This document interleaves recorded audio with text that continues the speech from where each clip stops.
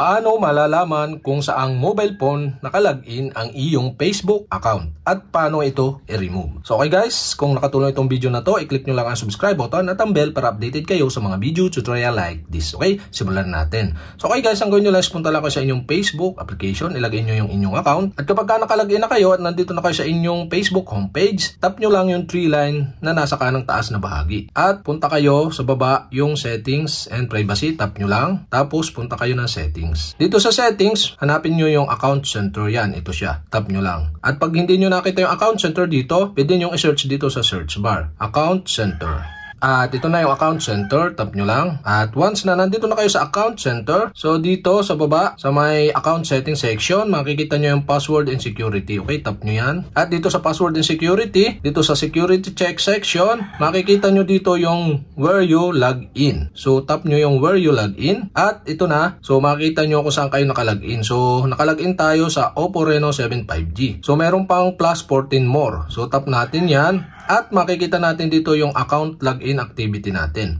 Yan, ito siya guys. You're currently logged in and on this device. So dito nga sa Oppo Reno 7 5G. At log in on other device. So ibig sabihin nakalagin din ako dito sa mga device na to. Yan, makikita natin sa Oppo Reno 7 5G, iPhone XR, Oppo A5s, Samsung Galaxy A02. Yan, nakalagin tayo dyan sa mga yan. So paano siya i-remove? Halimbawa, i-remove natin yung login natin dito sa Samsung Galaxy A02. Okay, tap natin yan.